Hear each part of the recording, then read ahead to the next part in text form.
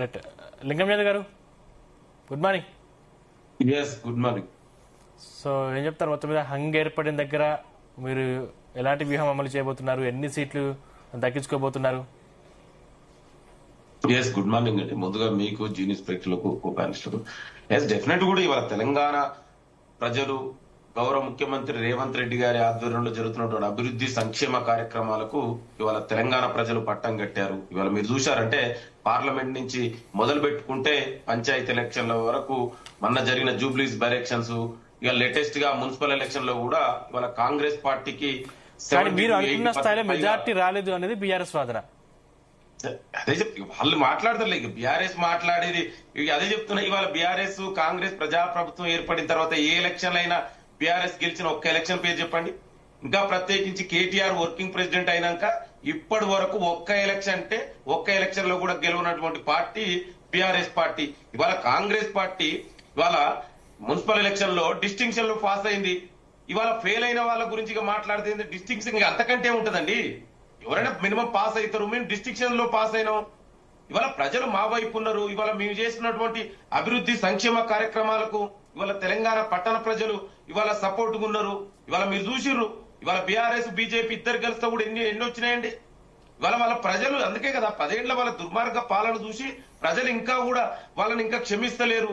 మీ 10 ఏళ్లలో జరిగినటువంటి ఘోరాలు అన్ని కావని మీరు దోచుకొని దాచుకున్నారు. ఆ వాటాల పంచాయతీలు వస్తున్నాయని కవిత గారే స్వయంగా చెప్తున్నారు. ముందు బిడ్డ అడిగిన ప్రశ్నలకు సమాధానం చెప్పండి.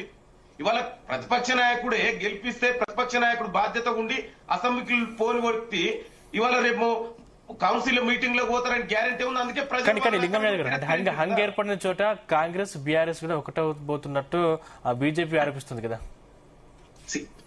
మేము కాంగ్రెస్ పార్టీ ఎవరికి వ్యతిరేకంగా పోరాడుతుందో ఇవాళ కొత్తగా చెప్పిన అవసరం లేదండి. ఇవాళ దేశవ్యాప్తంగా బీజేపీకి వ్యతిరేకంగా పోరాడుతున్న పార్టీ కాంగ్రెస్. 10 ఏళ్ల బీఆర్ఎస్ పాలన పైన పోరాడుతున్న పార్టీ కాంగ్రెస్. ఇవాళ ఎవరు కలుస్తారనేది 10 ఏళ్లుగా కలిసింది బీజేపీ బీఆర్ఎస్.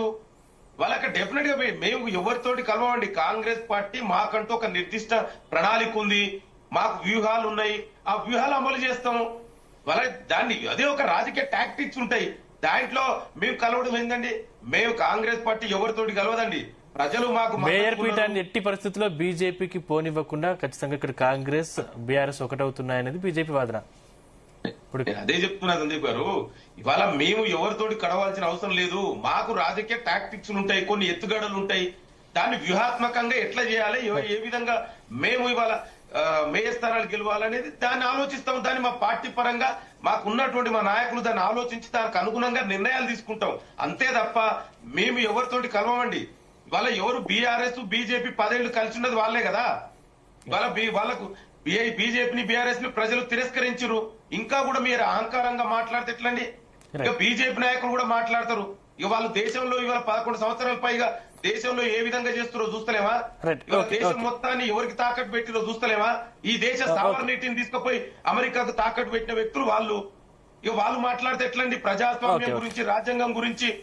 ఇక బీఆర్ఎస్ నాయకులు, అందుకే బీఆర్ఎస్ నాయకులు ఇవాళ కల్వకుంట్ల కుటుంబం చేసినటువంటి అవినీతి అక్రమాలు ఇక ప్రజలు మర్చిపోలేదు.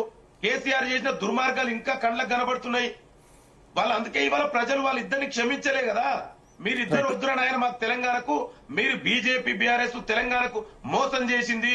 ఇవాళ తెలంగాణ అభివృద్ధి జరగాలంటే, మున్సిపాలిటీలలో అభివృద్ధి జరగాలంటే ఒక కాంగ్రెస్ ప్రభుత్వం ద్వారా మాత్రమే సాధ్యమైందని ఇవాళ కాంగ్రెస్ పార్టీకి 70-80% పైగా ఇవాళ మున్సిపాలిటీలో గెలిపించినారు. ఇంకా కూడా మేము ఇవాళ మేయర్ ఎక్కడైతే ఉన్నారో డెఫినెట్ కూడా మేయర్ మున్సిపల్ చైర్మన్ లో డెఫినెట్ కూడా కాంగ్రెస్ పార్టీ గెలవబోతుంది. మెజార్టీ రామూర్తి గారు గుడ్ మార్నింగ్. గుడ్ మార్నింగ్ అండి.